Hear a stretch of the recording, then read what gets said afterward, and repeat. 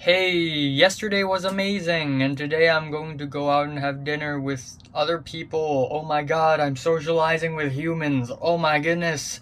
What's up? It's the Culture Detective here, investigating your favorite albums, and today I'm going to do another album review on the latest Tropical Fuckstorm album, Deep States.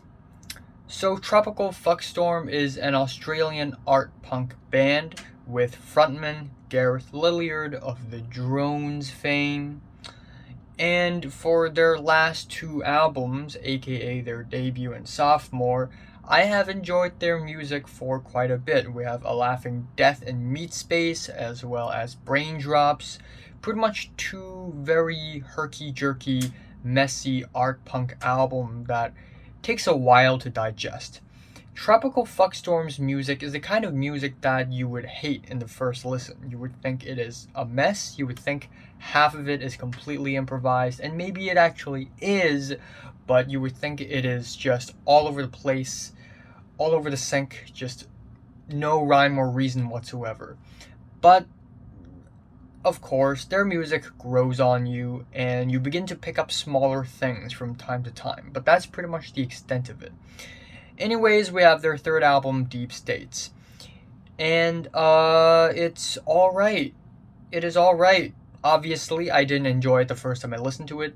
The second time I listened to it, I actually like it way more, but I still don't think this album is as good as their first two.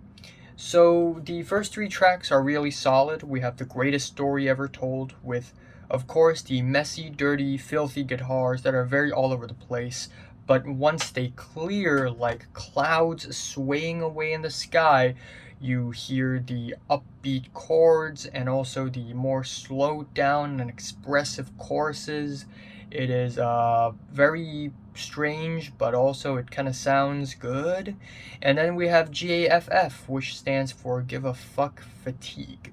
It's what's with like rock bands and rappers just making anagrams for every phrase ever that doesn't even exist.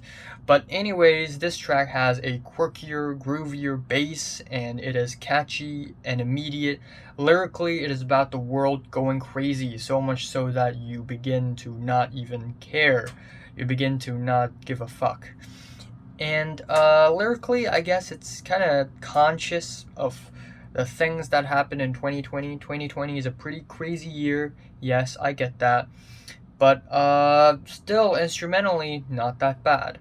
Next up, we have Blue Beam Baby, which is a slow burn. It has a really long build up, but once the build up is over, we have this very dramatic chord progression, which is really nice, and also these very noisy breakdowns, which complements the dramatic chords really well. And afterwards, the album begins to dive downhill. We have Suburbiopia with the shouty female vocals, and the whole track is just really dry, really drab, really stale, and the very shrill guitars do not add to the intensity, more so to the messiness and the randomness of the track.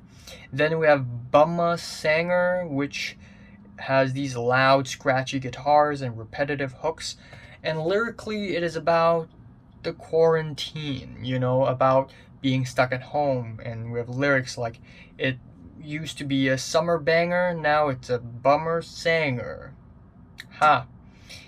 And now I just chuck on the TV and stay indoors and wait for orders. How boring.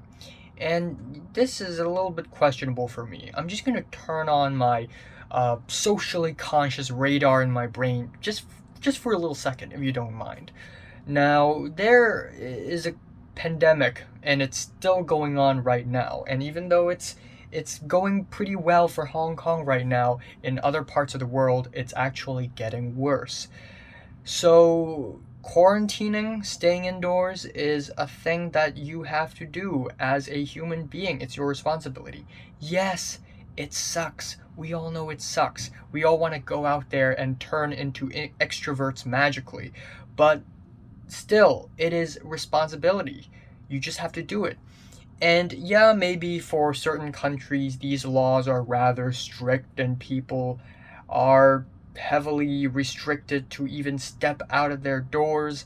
Yeah, it's quite strict.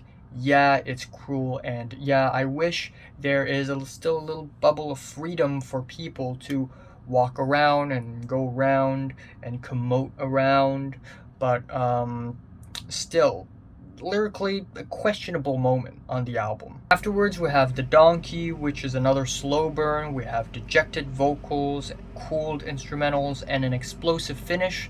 And I think it's one of the better tracks on the album. I think the explosive finish does justify the cool down verses really well.